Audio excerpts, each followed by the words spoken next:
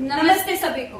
So today we are going to present something fun, creative and full of chemistry. But before that, let's talk about puppetry, a beautiful art form that brings learning to life. बिल्कुल, puppetry has been a part of Indian culture since ancient times, from Kathputli of Rajasthan to Bomalattam of Tamil Nadu. But today, we are not representing it as an entertainment, but as a tool for education. Yes, according to National Education Policy 2020, learning should be joyful, creative and connected to real-life experiences. Puppetry helps students visualize difficult topics in a simpler and interactive way, making science more engaging and memorable. And as a student of chemistry majors, ITEP BSc BN, we are integrating art with education through this performance. Where the four friends of the periodic table, the S, P, D and F block, come alive and tell their story in their own words. Through this, we learn about their atomic radius, electronegativity, effective nuclear charge and other special properties, all in a fun and creative way. So let the chemistry begin. So let's meet the four friends, the lively S plot, the colorful P plot, the shiny D plot and the mysterious F plot. एक रोशनी और चमक से भरी दुनिया थी, periodic kingdom. यहाँ हर element अपनी energy levels में चैन से रहता था। हर ब्लॉक अपनी टेबल के हिस्सों पर राज करता था। एस ब्लॉक, जहाँ ग्रुप फर्स्ट के अल्कली मेटल्स और ग्रुप 2 के अल्कलाइन अर्थ मेटल्स रहते हैं। मेरे इलेक्ट्रॉन्स सबसे सिंपल ऑर्बिटल में यानी एस ऑर्बिटल में रहते हैं, गोल शेप के, और मैक्सिमम 2 इलेक्ट्रॉन्स ही रखते हैं। एस ब्लॉक आगे बढ़ा एक नई चमक के साथ, सिंपल, शाइनी और हमेशा रिएक्ट करने के लिए रेडी। एस पूरा एनर्जी और कॉन्फिडेंस से भरा हुआ था। उसका किंगडम मेटल्स का था, जहाँ रिएक्शन तेज और ब्राइट पड़ गई थी। उससे उम्मीद थी कि काउंसिल मिलकर उस एनर्जी को वापस लाएगी। S block. बिल्कुल, मेरे लोग जैसे सोडियम और कैल्शियम इलेक्ट्रॉन देना पसंद करते हैं। इसी वजह से हम आयनिक बॉन्ड जल्दी बनाते हैं और जब नॉन मेटल्स के साथ जुड़ते हैं तो इलेक्ट्रिसिटी भी कंडक्ट करवाते हैं। P block furiously. हमेशा इतना आयरन, कॉपर और गोल्ड जैसे एलिमेंट्स के कई ऑक्सीडेशन स्टेट्स होते हैं, ना वेरिएबल ऑक्सीडेशन स्टेट्स। हॉल के बीच धातुओं से हल्की सी खनक सुनाई दी। डी ब्लॉक आया स्टिल और वोल्टिक क्लॉक में, शांत व शक्तिशाली। उसका वर्ल्ड था बिल्डिंग्स की हड्डियां, सिक्कों की चमक और रिएक्शंस के रास्ते। D block. मुझे ही आती है स्ट्रेंथ और डाइवर्सिटी।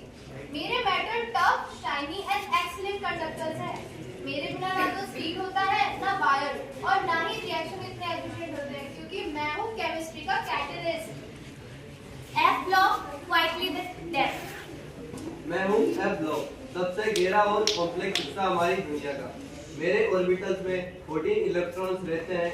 मेरे दो सी थे, the lanthanide and the actinide. जब एफ ब्लॉक आया तो हवा भारी हो गई। उसके आसपास एक हल्की सी मिस्टीरियस रोशनी थी। एफ ज्यादा बोलता नहीं था, पर उसके शब्दों में गहराई थी। उसका किंगडम नीचे छुपा हुआ था, जहाँ ग्लोइंग लैंथेनाइट्स और पावरफुल एक्टिनाइट्स रहते थे, जो शहरों को फ्यूल कर सकते थे और तबाह भी। F block. लैंथेनाइट टेक्नोलॉजी को रोशन करते हैं, एलईडी लाइट से लेकर स्ट्रॉन्ग मैग्नेट तक। एक्टिनाइट चाहे खतरनाक है, पर वो न्यूक्लियर एनर्जी से पूरी सिटीज को पावर देते हैं। हम हिडन है और एसेंशियल है। जब चारों रूलर्स बात कर रहे थे, ऑर्ब ऑफ एनर्जी फिर से फ्लिकर हुआ।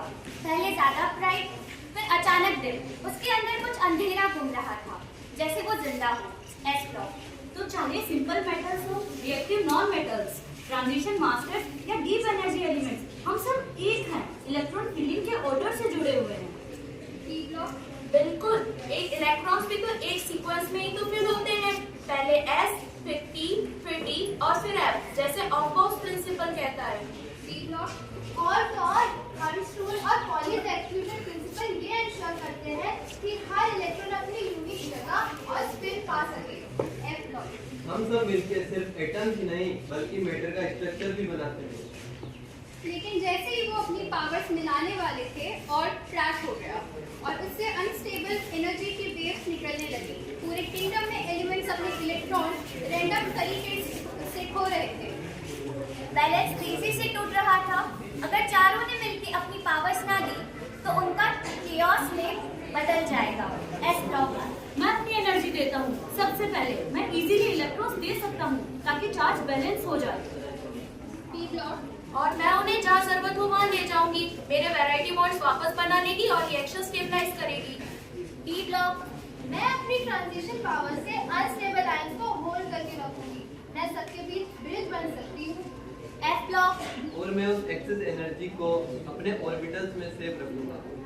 उन सबकी कंबाइंड पावर से और फिर से चमकने लगा, इस बार पहले से भी ज्यादा ब्राइट। एनर्जी ट्रांस हो गई और पूरे किंगडम में फैल गई। बैलेंस वापस आ गया। एलिमेंट्स ने सिर्फ अपना वर्ल्ड बचाया नहीं, उन्होंने यूनिटी की असली पावर भी समझ ली। एस ब्लॉक, हर एटम में हमारा ऑर्डर सदैव बना रहे। डी ब्लॉक, हर ऑर्बिटल अपना फिलिंग पाए, हर रिएक्शन अपना बैलेंस। डी ब्लॉक, और सब बॉन्ड मजबूत बने। एफ ब्लॉक, सब फोर्सेस गहरे और स्थिर रहे। और इस तरह एस से एफ तक पीरियोडिक दुनिया में फिर से शांति छा गई। लेकिन जैसे ही रोशनी धीमी पड़ी, काउंसिल ने नहीं देखा और के कोने पर एक छोटी सी स्पार्क अभी भी जल रही थी। एक अनजानी मिस्ट्री के साथ बैलेंस लौट आया था, पर कुछ नया जग उठा था। ऑल टुगेदर एस से एफ तक हर ब्लॉक इम्पोर्टेंट है। हम ही है पीरियोडिक दुनिया का ऑर्डर। Thank you. बहुत अच्छा।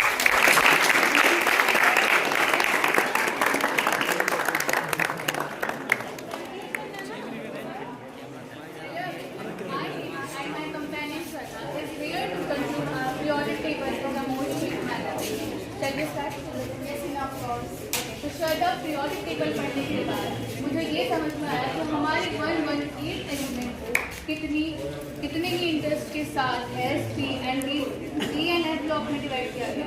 ऑफ कोर्स ना, हर ब्लॉक की अपनी स्पेशल एंड यूनिक प्रॉपर्टीज होती है। For example, if we take sodium and calcium, ये हाईली रिएक्टिव मेटल्स होते हैं और ये इजीली पॉजिटिव आयंस क्रिएट करते हैं।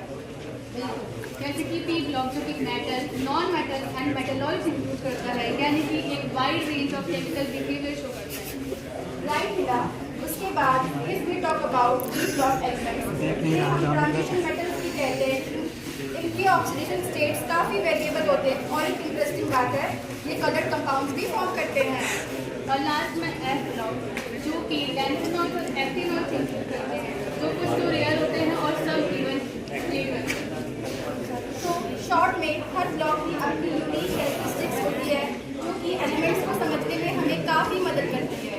बिल्कुल सही कहा। पीरियोडिक टेबल सच में मैटर के बिल्डिंग ब्लॉक्स को एक सिस्टमैटिक तरीके से ऑर्गेनाइज करता है। So we thank you everybody.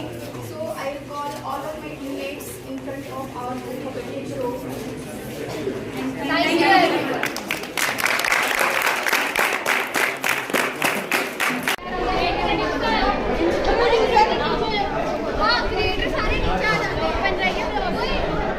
है सबसे अच्छा परफॉर्मेंस तेरा रहा।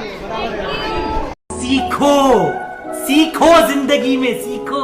क्रिएटर इधर है, ये सब मैंने बनाया है। हाँ, तूने कुछ नहीं बनाया है। और मेरी टीम ने बनाया है, ये टीम मेंबर। तो अपना नाम क्या ले रहा था? झूठ बोलो, बार बार झूठ बोलो।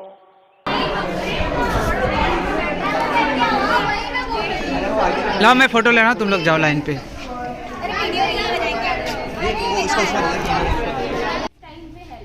So come, let's open our hearts and join hands to save our planet before it's too late. Today we are going to present a small play on climate change. Characters Gangesh as tree and Niharika as clay. Thank you. Hi, my name is Earth the Tree. We provide many environmental benefits. I would like to share all these facts with you in this puppet show. Hi, I am Clay the soil. What makes me important to Earth? I will tell you more in our puppet show. What a wonderful day out today. Too bad all my friends are gone now.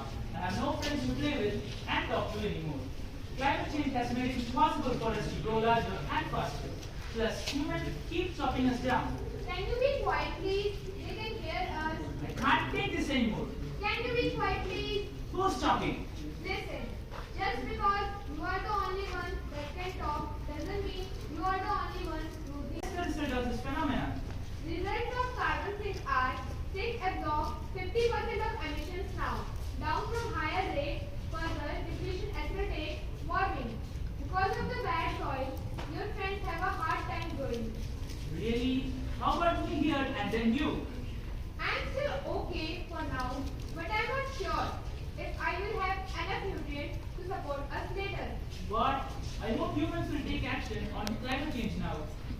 we can ask a little help from our human friends later. Hello everyone. We need your help. Please plant more trees when you can. Our forest needs your support. Thank you.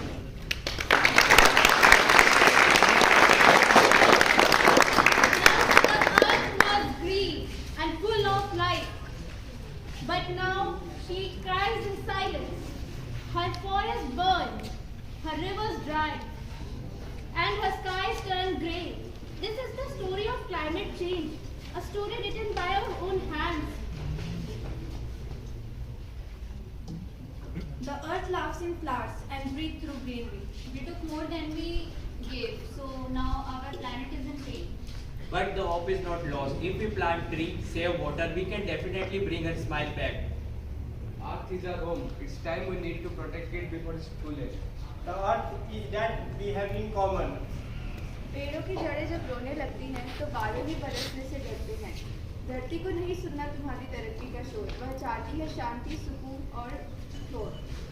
धरती नहीं चाहती तुम्हारे महल, वह चाहती है बस हरियाली आंचल। अगर तुम लोग की आवाज नहीं सुनी तो सुनाई देगा सिर्फ सन्नाटा पन। The climate crisis is not a distant problem. It is happening here. It is happening now.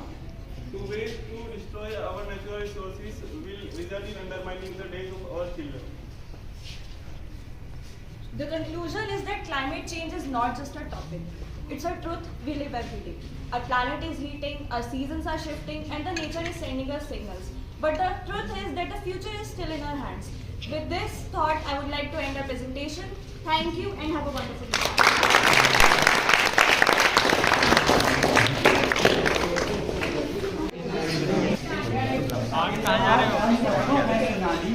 जिज्ञासु गिरावट गुरुत्वाकर्षण की कहानी। Good afternoon. We, the student of ITEM Physics Majors, आज हम साइंस फॉरेस्ट में मिलने वाले हैं कुछ फनी दोस्तों से। Professor Newton, समझदार हंसमुख साइंटिस्ट, पंखुड़ी, पैदल, हल्की, सुंदर, आत्मविश्वासी, पत्थर भारी पर दिल का साफ, गिलहरी, चंचल, सवाल पूछने में माहिर, हवा फुर्तीली, शरारती, थोड़ी नटखट लेकिन समझदार, खरगोश, तेज, जिज्ञासु और हमेशा कुछ नया सीखने को तैयार। सीन 1, जिज्ञासा का जंगल। वाह, क्या प्यारी ठंडी हवा चल रही है। आज का दिन तो साइंस के लिए एकदम सही है। नमस्ते प्रोफेसर, आप क्या करने वाले हैं? मैं भी जानना चाहता हूँ प्रोफेसर, कुछ इंटरेस्टिंग देखने को मिलेगा क्या? नमस्ते गिलहरी और खरगोश, आज हम जानेंगे गुरुत्वाकर्षण यानी ग्रेविटी क्या होता है। क्या वही चीज जो मुझे नीचे ही आ रही थी? जब मैं फिर से पहुंची, तो जब मैं कूदता हूँ और जमीन पर जल्दी आता हूँ, वो भी ग्रेविटी की वजह से है क्या? बिल्कुल सही, वही ताकत जो हर चीज को जमीन की तरफ खींचती है। ओह, तो अगर गुरुत्वाकर्षण ना होता, तो मैं हवा में उड़ जाती। अरे, उड़ने की बात आई और मेरा नाम भी नहीं लिया। ओह, हवा जी, आप आ गई? बिल्कुल, मैं हूँ हवा, जो सबको छोड़कर निकल जाती हूँ। बिना मेरे ये धरती कितनी शांत होती है। वाह, आप तो बहुत तेज चलती है। बहुत सही कहा हवा, आज तुम हमारे एक्सपेरिमेंट में खास भूमिका निभाओगी। ओह, तो मैं भी साइंटिस्ट बन सकती हूँ। नमस्ते सबको। देखो, हवा मेरी सबसे अच्छी दोस्त है। मैं तो उसके सहारे मैथ्स भी तैरती रहती हूँ। हाँ, ये तो मेरी सबसे अच्छी साथी है। हाँ, तुम दोनों तो बस उड़ती रहती हो। गिरने की हिम्मत तुम्हें नहीं है। जब मैं गिरता हूँ ना, तब धरती कांप जाती है। तो फिर असली ताकत पंखुड़ी में, पत्थर में या हवा में? हाँ प्रोफेसर, कौन ज्यादा तेज गिरेगा ये मैं देखना चाहता हूँ। यही तो आज हम जानने वाले हैं। चलो शुरू करते हैं गिरावट का महान प्रयोग। C2 महान प्रयोग। अब मैं पंखुड़ी और पत्थर दोनों को इस शाखा से नीचे गिराऊं। मैं गिनती करूँ। मैं देखता हूँ कौन पहले जमीन तक पहुँचता है। ओह, मैं नीचे गिरना नहीं चाहती। हवा, तुम मेरा साथ दोगी ना? बिल्कुल, मैं हमेशा अपने दोस्तों का साथ देती हूँ। हाँ, फिर भी तुम सबसे पीछे गिरोगी। तैयार सब लोग? तैयार। 3, 2, 1, ड्रॉप।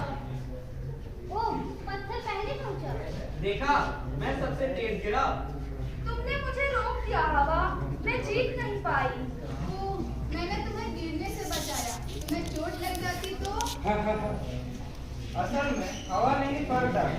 गुरुत्वाकर्षण ने तो दोनों को बराबर खींचा, लेकिन हवा ने पंखुड़ी को ऊपर की तरफ धक्का दिया। इसे कहते हैं एयर रेजिस्टेंस। मतलब हवा चीजों को गिरने में देर करा देती है। हाँ, मैं कभी कभी चीजों को उड़ने में मदद करती हूँ, तो कभी कभी गिरने में देर करा देती हूँ। अगर हवा ना होती तो साथ ही बिल्कुल सही। बिना हवा के पंखुड़ी और पत्थर एक साथ जमीन पर गिरते। मतलब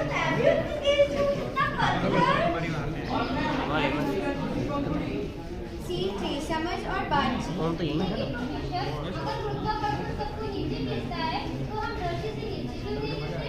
क्योंकि धरती गोल है और गुरुत्वाकर्षण में धरती की सेंटर की तरफ खींचता है। इसलिए हम जहाँ भी हों, ऊपर, नीचे या किनारे, हम सब जमीन पर टिके रहते हैं। और मैं सबके चारों तरफ घूमती हूँ, पर गुरुत्वाकर्षण मुझे भी पकड़ कर रखता है। तो तुम भी धरती से बंधी हो हवा? हाँ, थोड़ा बहुत, वरना मैं कब भी स्पेस में निकल जाती। अच्छा है, वरना सांस लेने में भी मुश्किल हो जाती है। बहुत सुंदर बात कही। यही तो नेचर की यूनिटी है। यूनिटी आगे और तो दोस्तों, आज हमने क्या सीखा? हवा चीजों को धीरे गिरने में मदद करती है। कि भारी होना मतलब तेज गिरना नहीं है। कि गुरुत्वाकर्षण सबको समान रूप से खींचता है और कि नेचर की हर ताकत, हवा हो या धरती, एक दूसरे के साथ ही है। बहुत सही कहा। हवा और खरगोश, अब चलो सब मिलकर एक छोटा सा गीत गाते हैं।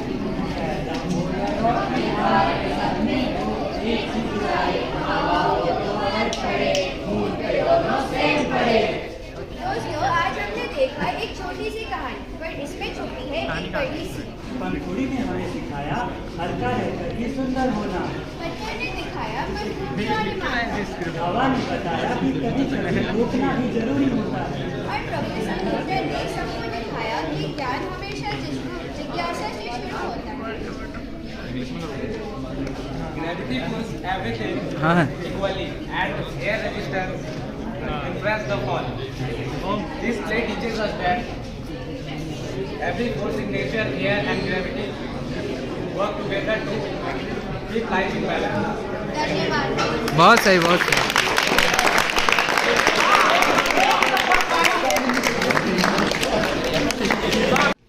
We often look at the world around us and see the beauty of nature and majesty of its creatures. But have you ever stopped to wonder what these animals are thinking? What stories would they tell if they could speak about the changes they see in their homes every day? Today, the Zoology Department is here to give a voice to the voiceless. Through the ancient and captivating art of shadow puppetry, we are here to present a story that explains the devastating effect of human actions on our precious wildlife. This is not just a tale of sorrow, but a mirror reflecting the reality that we are creating. So, we invite you to open your hearts and minds and listen closely to the whispers of the wild and consider how our choices today will shape the world tomorrow. The topic of today's play is The Council of the Wild. The characters are narrator, played by Aparna, Arav the elephant, played by Ruchi, Sea Turtle, played by Divyanka, Kavi the crow, played by Sanu, Naina the human, played by Divyaka. The script is written by Komal Jha. I am time. When Earth begins to grow sick from human destruction, animals from across biomes gather at the Council of the Wild. Each species presents a story of suffering and adaptation. And in the end, the humans are invited, not as rulers, but as partners.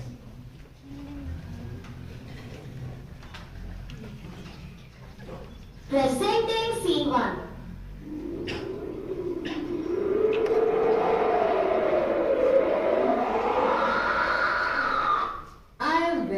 I travel from mountain to sea, from desert to pole, carrying the cries of creatures unseen. The balance is breaking and tonight the wild will speak.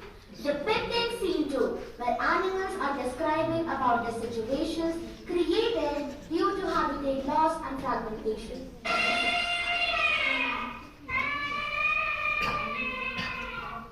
ऐसा कहते हैं कि हर नई सुबह एक नई शुरुआत होती है, लेकिन मेरे जीवन में हर नई सुबह मेरे घर, मेरे जंगलों को मुझसे दूर कर रही है. The forest shrink with every dawn. My heart walks farther every year. Food is gone and water runs dry.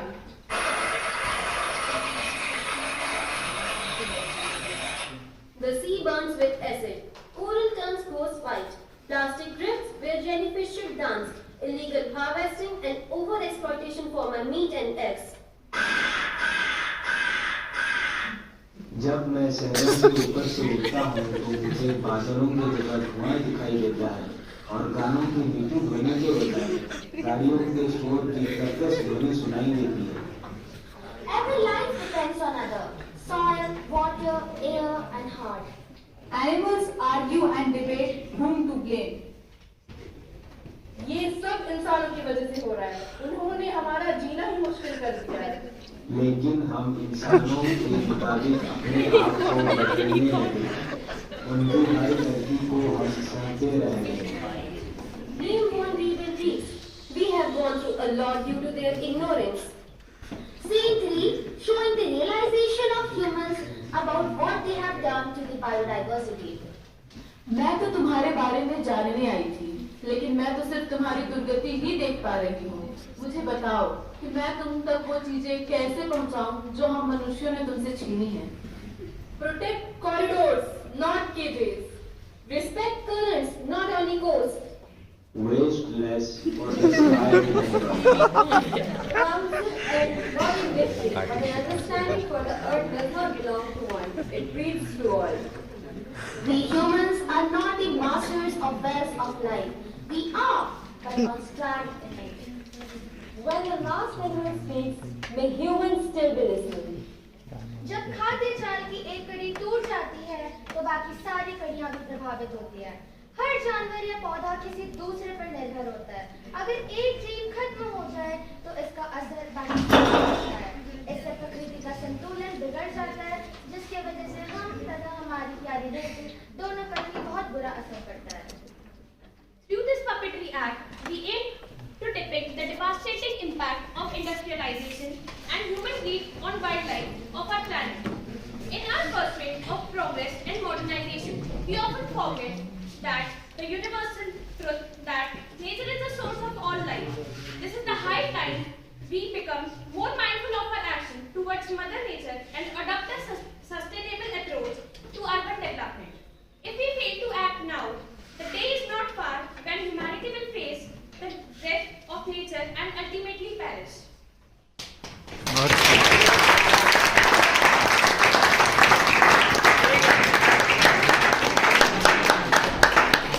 Mathematics major के विद्यार्थी हैं और आज हम आपके सामने एक अनोखा और ज्ञानवर्धक प्रस्तुतिकरण लेकर आए हैं. हमारा विषय है अनुपात, जो कि गणित का एक रोचक और महत्वपूर्ण विषय है, जिसे हम एक छाया कठपुतली के माध्यम से समझाने जा रहे हैं. तो आइए रोशनी और छाया के इस खेल में हमारे साथ जुड़िए और जानिए कि गणित हमारे जीवन में कैसे मौजूद है. पहलू के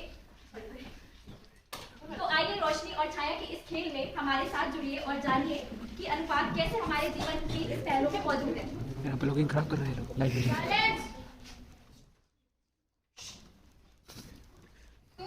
तूने कल मैथ्स का होमवर्क किया था क्या? कल होमवर्क भी दिया था क्या? अरे चुप कर, मैम आ रही है. Good morning teacher. Good morning बच्चों. आज हम नए टॉपिक पर बात करेंगे, पर उस पर बात करने से पहले मैं एक कहानी सुनाना चाहूंगी. सुनना चाहोगे? Yes ma'am. तो सुनो. एक बार बादशाह अकबर के दरबार में एक आदमी आया और उसने बादशाह अकबर को चुनौती दी.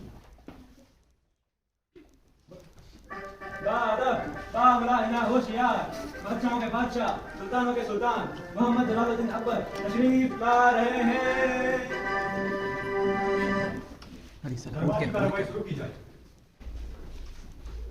बादशाह हिंद को सलाम. एक आदमी है जो खुद का नाम मियां गुलाम का बता रहा है, मैं आपसे मिलना चाहता है. उसे अंदर लाया जाए। जो हुक्म मेरे आका। मियां गुलाब खान हाजिर हो। हिंदुस्तान के बादशाह को मेरा सलाम। मेरा नाम मियां गुलाब खान है और मैं काबुल से आया हूँ। आदाब मियां गुलाब खान। मेरा नाम गुलाब खान है, गुलाब खान नहीं। अरे हाँ वही वही, अपने आने की वजह तो बताइए।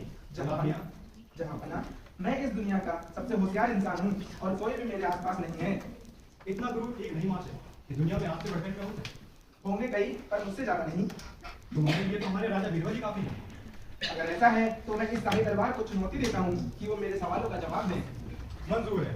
अगर तुम हारे तो तुम्हें ताव में कैद में डाल दिया जाएगा और अगर मैं जीता तो मुझे 10,000 सोने की असरफियां और दरबार में बीरबल की जगह दी जाए। मंजूर है। तो मेरे सवाल सुनने के लिए सभी को शाही बगीचे में चलना होगा। सभी शाही बगीचे में जाते हैं। बादशाह अकबर, बीरबल, सलीम, मियां गुलाब खान मीनार के पास जाकर खड़े हो जाते हैं। बादशाह सलामत, मेरी चुनौती ये है कि ये सामने जो मीनार खड़ी है इसकी ऊंचाई कितनी है ये बताना है, वो भी इसको बिना छुए। मुझे पता है, इस मीनार को खड़ी खड़ी नहीं नाप सकते, तो उसे गिरा के नाप देते हैं। दिमाग। हाँ हाँ क्यों नहीं, शाहीगुन है हम। मैंने कहा ना इस दरबार में कोई भी मेरे बराबर होशियार नहीं है। राजा बीरबल कुछ कीजिए वरना हमारी नाक कट जाएगी। तो मैम बीरबल ने आगे क्या किया? तो बच्चों अब सुनो कि बीरबल ने आगे क्या किया। राजा बीरबल एक छोटी लकड़ी लेकर आते हैं, उसे जमीन में गाड़ देते हैं, फिर उस लकड़ी की परछाई को नापते हैं और फिर मीनार की परछाई को नापते हैं। और बच्चों तुम बता सकते हो कि राजा बीरबल ने ऐसा क्यों किया होगा? नहीं मैम। अगर नहीं तो कहानी आगे सुनो। इस मीनार की ऊंचाई 40 गज है। कैसे? मियां गुलाब, इस 4 गज की लकड़ी की परछाई 2 गज की बन रही है। उसी हिसाब से देखें तो मीनार की परछाई 20 गज बन रही है, तो बेशक उसकी लंबाई 40 गज होगी। क्या बात है राजा बीरबल, हमें नाज है आपकी होशियारी पर। शुक्रिया जहां। बच्चों तुम समझे इस कहानी से बीरबल ने जिस तरीके से मीनार की ऊंचाई निकाली उसे गणित की भाषा में अनुपात कहते हैं। ये अनुपात क्या होता है मैम? बच्चों अनुपात जिसे रेशियो भी कहते हैं, यह गणितीय विधि है जिसका उपयोग हम यह बताने के लिए करते हैं कि एक राशि दूसरी राशि की तुलना में कितनी बड़ी या कितनी छोटी है। बीरबल ने लकड़ी की लंबाई जो कि 4 गज थी और उसकी परछाई की लंबाई जो कि 2 गज थी उसकी तुलना की तो उसका अनुपात 4:2 मिला। इसे सरल भाषा में हम 2:1 भी लिख सकते हैं। बीरबल ने देखा कि धूप की वजह से 2 अलग-अलग चीजों की परछाई का अनुपात नियत है। भले कोई चीज जितनी लंबी होगी उतनी ही ज्यादा लंबी उसकी परछाई होगी। इस अनुपात के नियत रहने को गणित की भाषा में समानुपात कहते हैं। तो मैम उस मियां गुलाब का क्या हुआ? अरे होना क्या था, मीनार गिरी और मियां गुलाब खा मर गए। ये है 2 दिन की छुट्टी। तो दोस्तों अरे नहीं सही जा रहा है। आपने देखा किस तरह बीरबल ने गणित के माध्यम से बादशाह की नाक कटने से बचाई। तो ये हम कह सकते हैं कि हमारे जीवन के हर एक पहलू में गणित का एक महत्वपूर्ण भूमिका है। इसीलिए तो हम कहते हैं mathematics is the language of the universe.